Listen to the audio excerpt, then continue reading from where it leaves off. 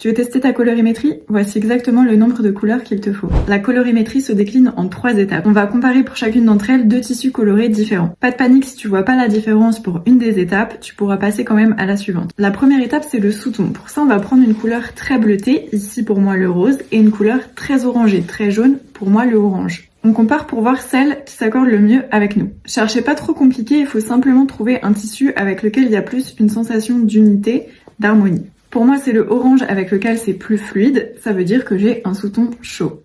La deuxième étape, c'est la luminosité. Ici, ce sera la même chose, mais avec un blanc et un noir. Mes couleurs naturelles sont quand même un petit peu plus foncées que claires, donc je m'accorde un petit peu mieux avec le noir. J'ai donc une luminosité foncée. Et enfin, la dernière étape, c'est l'étape du contraste. On va comparer la première couleur qui nous correspondait avec une version adoucie de cette couleur. Donc si vous étiez plutôt orange sous ton chaud, ce sera avec un beige. Et si vous étiez plutôt sous ton froid rosé, ce sera avec un gris. On fait toujours la même chose, on va regarder avec quelle couleur c'est plus fluide, c'est-à-dire avec quelle couleur on arrive mieux à capter le regard. Pour moi, c'est plus fluide avec le beige, j'ai donc une intensité, un contraste doux. Sous ton chaud, luminosité profonde et intensité douce, ça donne ce type de couleur, c'est-à-dire la palette automne, avec des beaux verts, des briques, des beaux marrons. Essayez chez vous et dites-moi en commentaire votre palette. Et si vous êtes bloqué à une étape ou complètement perdu, je peux vous analyser, il suffit de vous rendre sur mon site. Abonnez-vous pour plus d'astuces colorimétrie.